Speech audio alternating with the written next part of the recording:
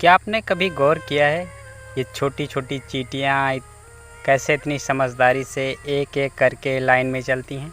और क्या आप जानते हैं कि ये नन्ही सी चींटियाँ कैसे अपनी रानी से लेकर बच्चों तक का पूरा परिवार संभालती हैं? तो आज मैं आपको लेकर चलूँगा एक ऐसे रहस्यमय संसार में जहाँ एक एक चींटियों की कहानी है जंग, प्यार और मेहनत की। तो जुड़िए मेरे साथ और जानिए चींटियों की ज़िंदगी के वो सारे राज जो आप कभी सोच भी नहीं सकते। तो चलिए शुरू करते हैं।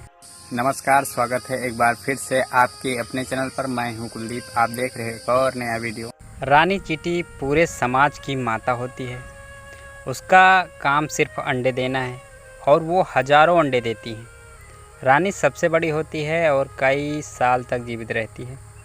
शुरू में उसके पंख होते हैं, लेकिन प्रजनन के बाद वो पंख गिरा देती हैं और ज़मीन के नीचे घर बना लेती हैं। जैसे घर में माँ दिन रात चूल्हे पर रोटियां सेकती हैं, वैसे ही रानी चींटी दिन रात नई पीढ़ी बनाने में लगी रहती है। श्रम चींटियाँ कौन सी हैं? ये सभी मादा चींटियाँ होती हैं, लेकिन ये बच्चे नहीं देती। सारा काम इन्हीं के भरोसे चलता है। खाना ढूंढना, बच्चों की देखभाल करना, घर की सफाई करना, लड़ाई झगड़ा यानी दुश्मनों से रक्षा भी श्रमिक चींटियाँ ही करती हैं। इन्हीं के बलबूते पर पूरी इनकी जो समाज की कॉलोनी होती है ना, इन्हीं के बलबूते चलती है। जैसे गांव की बहुएं मिलकर घर का सारा काम करती हैं, संभालती हैं, वैसे ही श्रमिक चींटियाँ पूरी अपनी कॉलोनी का बोझ उठाती हैं।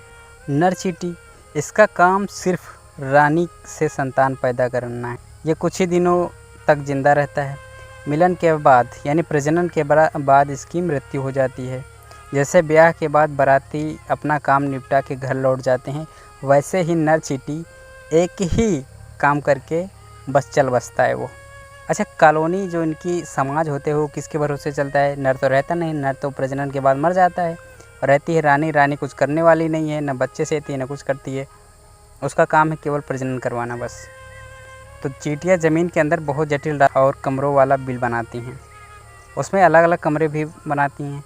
अंडों का कमरा अलग होता है, बच्चों का कमरा अलग होता है, खाना रखने का कोना, आराम करने का जगह, ये सब चीज़ मतलब हर व्यवस्थित चीज़ें अलग अलग होती हैं।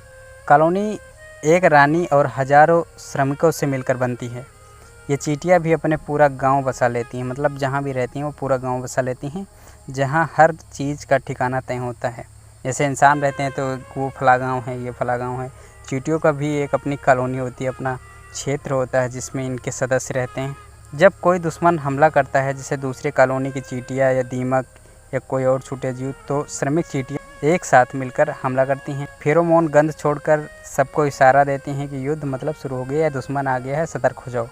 जैसे गांव में कोई बाहरी लड़का या मतलब बाहरी व्यक्ति अगर आ गया गांव में झगड़ा करने के लिए, तो सब औरतें जो है डंडा लेकर खड़ी हो जाती हैं। वैसे ही चींटियाँ एकजुट हो जाती हैं। जब कॉलोनी में भरपूर खाना और जगह हो, तब रानी अंडे पंख वाली चींटियाँ पैदा करती। कुछ रानी बनने वाली मादाएं होती हैं, कुछ नर चींटियाँ होती हैं। तो वो दोनों जब इनके पंख आ जाते हैं तो दोनों उड़ जाते हैं वहाँ से। ये उड़कर दूसरे स्थान पर जाती हैं, वहाँ पर प्रजनन करती हैं और एक नई कॉलोनी बसती है। ये अपना मतलब अलग निवास बनाते हैं, वहाँ फिर नहीं आते हैं दोबारा लौट के। जैसे बेटी ब्याह के बाद घर जाती है, वैसे ही पंख वाली चींटियाँ उड़कर नई दुनिया बसाने निकल जाती हैं। चींटियों के पास जीभ नहीं होती है, पर उसके जो सूक्ष्म सेंसर होते हैं, एंटीना होते हैं, जो गंध और स्वाद पहचानते हैं। मीठा, नमक और खटास को पहचान सकती हैं। खाना मिलते ही फेरोमोन छोड़ती हैं ताकि बाकी साथियाँ भी वहाँ पहुँच जाएं। इनका जीवन चक्र कैसे होता है? ये स्टार्टिंग अंडा से करती हैं, उसके बाद फिर लार्वा होता है, ये दूध जैसा पदार्थ होता है। उसके बाद प्यूपा यानी खोल में बंद एक प्यूपा होता है। प्यूपा के बाद बड़ी चींटी काम पर लग जाती है या उड़ जाती है। जैसे खेत में बीज बोया, अंकुर निकला, फिर पेड़ बना, वैसे ही चींटियों का जीवन चक्र चलता है। पहले अंडा, फिर लार्वा, फिर प्यूपा, फिर बड़ी चींटी बनती। इनके समूह में कोई चींटी नेता नहीं होती है, फिर भी सब काम में लगी रहती हैं। हर चींटी को जन्म से ही मालूम होता है कि उसे क्या करना है। जैसे खाना ढूंढना, लार्वा को पालना, बिल की मरम्मत करना।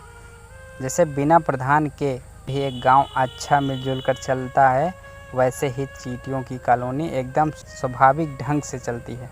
एकता और समझदारी है वो इंसानों के लिए भी सीख है। काम में कोई आलस नहीं, रानी का सम्मान करती हैं, बच्चों की देखभाल करती हैं, घर की रक्षा करती हैं और एक साथ चलने की भावना रखती हैं। यही असली धर्म है चींटियों का। अगर आपको भी ये वीडियो पसंद आई हो तो लाइक करें, शेयर करें और चैनल पर नए हैं तो चैनल को सब्सक्राइब करें। जय हिंद, जय भारत।